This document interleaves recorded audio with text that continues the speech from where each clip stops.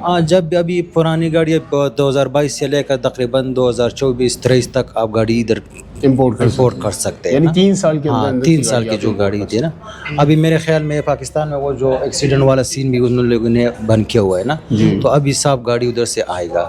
وہ بھی 2-3 سال کا جو ہے نا وہ ٹرانسپورٹ کر سکتے ہیں. 2-3 سال تک آپ امپورٹ کر سکتے ہیں اس کو. جی. اچھا یہ بتائیے گا سر کہ جب گاڑی وہاں سے آپ یہاں پر بھجوا دیتے ہیں تو 14-15 لاکھ روپے، تو یہ بھی تھوڑا ٹپ دیں ہمارے دیکھنے والوں کو کہ اگر گاڑی خریدنی ہے تو کون سی خریدنی ہے اور اس میں کتنی بچت ہو سکتی ہے اگر آپ وہ گاڑی خریدنا چاہتے ہیں. اب فرض کریں میں نے یا ثاقب بھائی نے، ہم لوگ کہتے ہیں جی ہم نے آلٹو 660 لے جاتے ہیں، تو وہ ہمارے لیے سمجھداری ہے خریدنا یا پھر مہنگی والی گاڑی خریدنی ہے وہ بہتر ہے؟ وہ بھی صحیح ہے، لیکن جو ہے نا آج کل کے یہ اب بڑے گاڑیاں لوگ پسند کر لیتے ہیں نا، تو وہ جو ہے میرے خیال میں جو اچھی گاڑیاں ہوتے ہیں آج کل ریاضی گاڑی ہوتا ہے اور روکی گاڑی ہوتا ہے، یہ لینڈ کروزر ہوتے ہیں، آج کل لوگ زیادہ تر یہ پسند کرتے ہیں نا. اس میں ریاض گاڑی میں جو ہے نا 1000 cc بھی آتا ہے، 1200 بھی آتا ہے، تو یہ آپ خرچ سکتے ہیں نا، تو اس میں فائدہ ہوتا ہے.